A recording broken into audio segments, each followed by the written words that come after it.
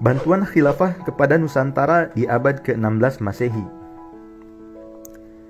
Pada tahun 1914 Masehi, sebagai bentuk ajakan atas persatuan dan mobilisasi seluruh umat Islam untuk mendukung khilafah di Perang Dunia I, Utsmani pernah menerbitkan poster yang mengklaim Semenanjung Malaya, Sumatera, Kalimantan, Sulawesi, dan Sulu Mindanao di Filipina sebagai bagian dari khilafah.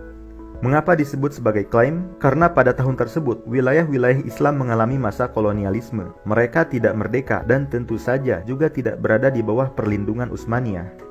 Wilayah-wilayah Nusantara yang diklaim tersebut secara normatif masuk daerah jajahan negara-negara Eropa, yaitu pemerintah kolonial Belanda, Inggris, Amerika Serikat yang saat itu berhasil menggantikan Spanyol untuk menjajah Filipina. Jadi, salahkah klaim Utsmani? Tunggu dulu, apa yang dilakukan khilafah saat itu ternyata memiliki landasan historis yang panjang.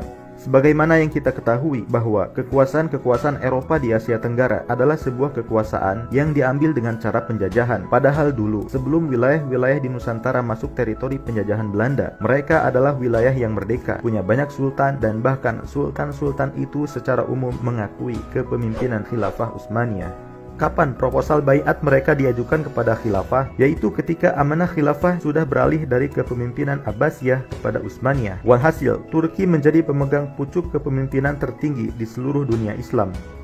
Peralihan tersebut dilakukan pasca Utsmani berhasil menaklukkan Mesir dalam perang Marj Dabir di masa Sultan Salim I, cucu Sultan Muhammad Al-Fatih. Sebelumnya, khilafah dipegang oleh Abbasiyah yang pasca serangan Mongol didominasi kepemimpinan orang-orang Mamluk, sedangkan Utsmani waktu itu hanya sekedar kesultanan sebagaimana Sumatera Pasai dan Bengali.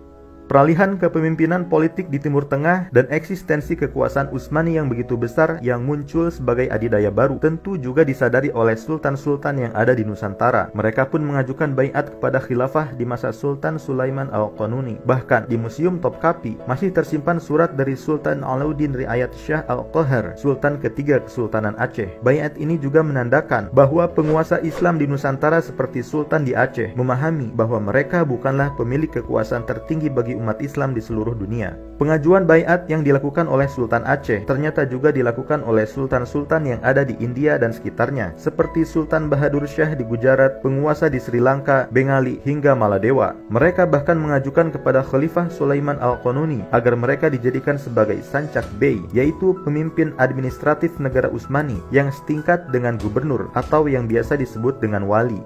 Sayangnya, ketika surat tersebut sampai di Turki, Sultan Sulaiman Al-Qanuni sudah wafat. Meski demikian, surat tersebut tetap dibaca oleh anaknya yang menjadi khalifah selanjutnya, yaitu Sultan Salim II yang begitu antusias menerima pernyataan dukungan dan baiat dari sultan-sultan di Asia Tenggara. Akhirnya, Sultan Salim II mengakui mereka sebagai gubernur atau wali khilafah dan wilayah mereka menjadi provinsi bawahan khilafah Utsmaniyah. Tak hanya di Aceh, jejak baiat yang sama juga diikuti oleh sultan lainnya di Nusantara, seperti Kesultanan Banten, Mataram, dan Ternate. Itu semua terjadi di abad ke-16 Masehi. Tak hanya mengakui mereka sebagai gubernur, Sultan Salim II juga mengirimkan bantuan militer ke Nusantara. Saat itu, legitimasi bahwa sultan tersebut mendapat bantuan dari Utsmani disimbolkan dengan meriam. Meriam tersebut banyak dibuat oleh ahli militer yang dikirim oleh Utsmani.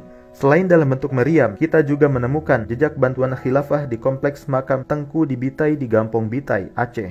Ada sekitar 20 makam yang diisi oleh para mujahid dan masyayikh yang berasal dari Palestina dan Turki, yang kesemuanya dikirim oleh otoritas khilafah Utsmani. Ketika Sultan Alauddin Riayat Shah Al-Qahar meminta bantuan militer untuk melawan Portugal, maka pihak Utsmani banyak mengirim ahli senjata mereka yang kemudian mengajarkan kepada para pengrajin Aceh untuk membuat meriam. Pada titik inilah terjadi transfer teknologi. Bahkan, meriam buatan Aceh kemudian diekspor ke wilayah lain, misalnya ke Kesultanan Banten, Kesultanan Demak, Maluku, hingga Sulawesi. Di negeri Aceh telah ditemukan tembaga, maka Sinan Pasha, yaitu utusan Khalifah Utsmani, memerintahkan agar tembaga itu dicor untuk dibuat meriam dan senapan yang banyak. Mereka memahat di atas meriam itu tahun pengecoran, nama pengecornya, dan nama tuan kita almarhum Sultan Salim Khan beserta nama sang penguasa Aceh. Sinan Pasha juga memerintahkan penduduk Aceh agar mempelajari cara mengecor tembaga dari mereka. Maka rakyat Aceh belajar dari mereka dan membuat banyak sekali meriam. Pernyataan utusan Sultan Aceh kepada Gubernur Utsmani di Jeddah tahun 1849. Meriam Utsmani yang dipersembahkan kepada Kesultanan Aceh sekarang berada di Museum Bronbeek di Belanda. Tatkala Aceh kalah dari Belanda, mereka merampas meriam tersebut. Setelahnya, di meriam yang pada awalnya masih terdapat nama Khalifah Utsmani sebagai tanda bantuan khilafah, besar kemungkinan ditimpa dan diganti dengan nama Raja Willem III. Penindihan nama tersebut adalah simbol bahwa Belanda berhasil menaklukkan kesultanan terkuat di Asia Tenggara, yaitu Aceh. Lantas, bagaimana bantuan Utsmani setelah abad ke-16 Masehi dan konfrontasinya dengan penjajah Belanda? Nantikan episode berikutnya.